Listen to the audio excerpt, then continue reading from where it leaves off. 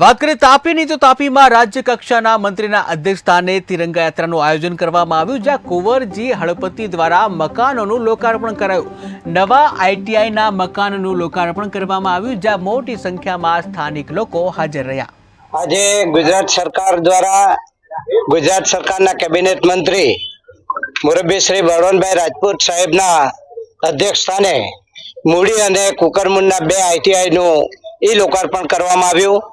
અને આ આઈટીઆઈ ની અંદર 7 જેટલા કોર્સો ચાલે છે અને અમારી બધાની નેમ છે કે આગામી દિવસોમાં ગુજરાતનો યુવાન એક પગભર બનીને આગળ આવે એવી અમારી બધાની નેમ લીધી છે અને એટલા માટે જ ગુજરાત સરકાર ખૂબ પ્રયત્ન કરી રહી છે.